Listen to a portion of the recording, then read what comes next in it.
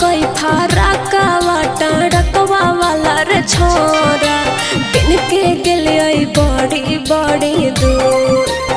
सुनहि रे देला कई फाराका वाटा रकवा वाला रे छोरा बिन के गेले बड़ी बड़ी दूर।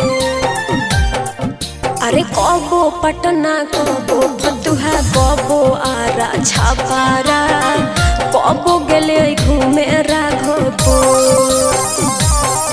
अरे कबो पटना कबो फतुहा कबो आरा छापारा कबो गेले घूमे राघोपुर।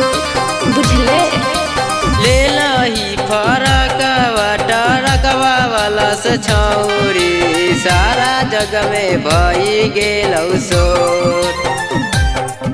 अगे जान तौ सजनमा जहिया जैबही गवानामा छुइए के देतौ तोरा छोर।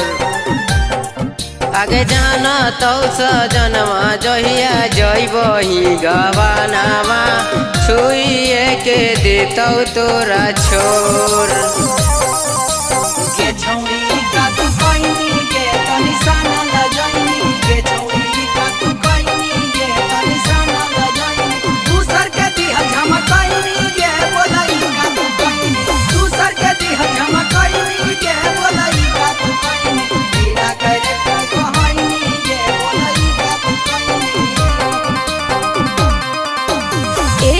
पेन के देखे गेले सोनपुर के मेलावा लाइक मिलल हमरा भरपूर।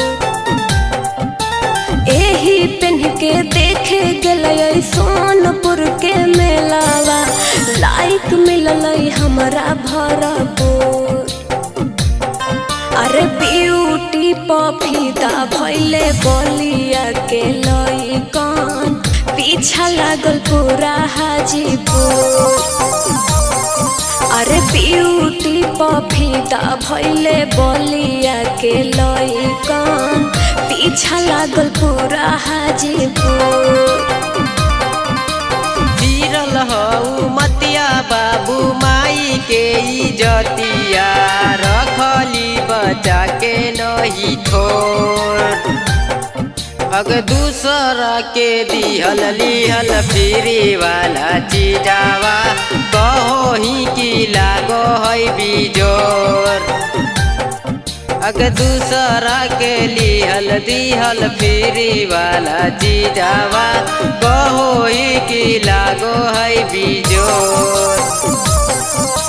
फिरल हऊ मतिया बाबू माई के इजतिया रखली बचा के नहीं छोड़। अगर दूसरा के दिहल लिहल फ्री वाला चीजावा कहो ही कि लागो है बिजोर।